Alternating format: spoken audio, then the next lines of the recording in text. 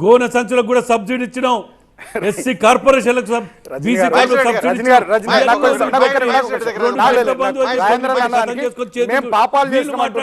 నేను ఒకటే మాట అడుగుతున్నా రాజేందర్ రెడ్డి గారిని, మేము అధికారంలోకి వచ్చే నాటికి తెలంగాణలో 40 లక్షల మెట్రిక్ టన్నుల ధాన్యం పండేది.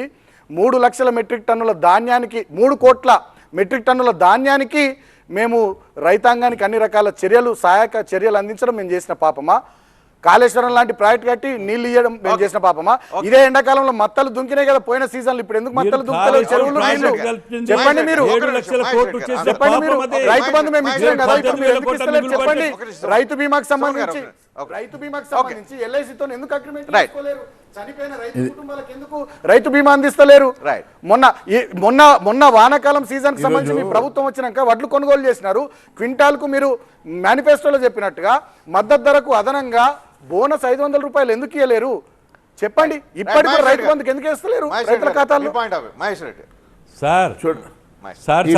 మేము రైతు బంధు పూర్తిగా ఈ రాష్ట్రంలో పూర్తిగా రాజేందర్ గారు ఈ రాష్ట్రంలో పూర్తిగా ఈ పరిస్థితి రావడానికి కేవలం 4 నెలలే ఈ ప్రభుత్వం వచ్చి 4 నెలలు పూర్తి కానప్పటికీ ఇక్కడ ల్యాక్ ఆఫ్ గవర్నెన్స్, పూర్తిగా వీరికి ఈ అధికారుల మీద కంట్రోల్ లేక ఇప్పుడు రైట్ ఫ్రమ్ మీరు ఆదిలాబాద్లో ఉన్నటువంటి సాతనాల ప్రాజెక్ట్ దగ్గర నుంచి, ఇక్కడ ఉన్నటువంటి కడెం ప్రాజెక్ట్ నుంచి, ఇక్కడ ఉన్నటువంటి నాగార్జున సాగర్ వరకు ఎన్ని ప్రాజెక్ట్స్ ఉన్నా కూడా వాటి కింద ఉన్నటువంటి ఆయకట్టుకి ప్రాపర్గా మీరు ప్లాన్ చేసుకోక, ప్రాపర్గా మీరు వాటర్ని ఇది చేసుకోక, ఇంజనీరింగ్ డిపార్ట్మెంట్ పూర్తిగా వారికి సహకరించక ఫర్ మెనీ రీజన్స్ చాలా చోట్లల్లో ఈ రెండో పంటకి తడి ఇవ్వలేని పరిస్థితి వచ్చేసి చాలామంది రైతులు పంట వేసుకోలేక చాలా ఇబ్బందులు పడుతున్నమాట వాస్తవం. ఇదంతా కూడా ల్యాక్ ఆఫ్ గవర్నెన్స్, ఆ కోఆర్డినేషన్ ప్రాపర్గా కింది వరకు ఈ ప్రభుత్వానికి పట్టురాక కింది వరకు ఇది వీళ్లకు కంట్రోల్ లేక ఇది జరిగినమాట వాస్తవం.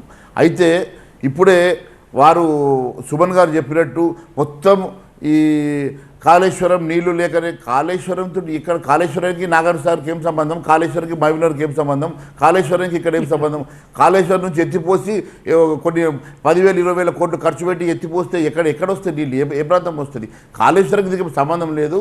కేవలం Kaleshwaram it's a big scam, you have to accept that. అది ఖచ్చితంగా తప్పిదం జరిగింది, దాంట్లో వీళ్ళు తప్పు చేశారు. దాంట్లో 90,000 కోట్ల రూపాయల ప్రజాధనం దుర్వినియోగం అయింది, మనం ఒప్పుకోవాల్సిందే. కానీ దానికి డ్రాట్కి ఎలాంటి సంబంధం లేదు. ఆదిలాబాద్లో ఉన్నటువంటి ఆదిలాబాద్ నుంచి నాగార్జున సాగర్ మహబూబ్నగర్ వరకు జరిగినటువంటి ఆయకట్టులో ఉన్నటువంటి ప్రధానమైనటువంటి అంశాలలో అక్కడ ఉన్నటువంటి ఇంజనీరింగ్ డిపార్ట్మెంట్స్ ప్రాపర్గా వాటర్ మరి ఆ చెరువులు నింపకనో లేకుంటే నీళ్లు సమయానికి ఇవ్వకనో మెనీ రీజన్స్కి దానికి కేవలం ఈ గవర్నెన్స్లో కొన్ని ల్యాప్సెస్ ఉన్నాయి. అది ఖచ్చితంగా వీరికి కంట్రోల్ రాలేదు. అది ఖచ్చితంగా మరి ఇక్కడ ముఖ్యమంత్రి గారు వెంటనే రివ్యూ చేయాల్సిన లేని పక్షంలో చాలా నష్టం జరుగుతుంది.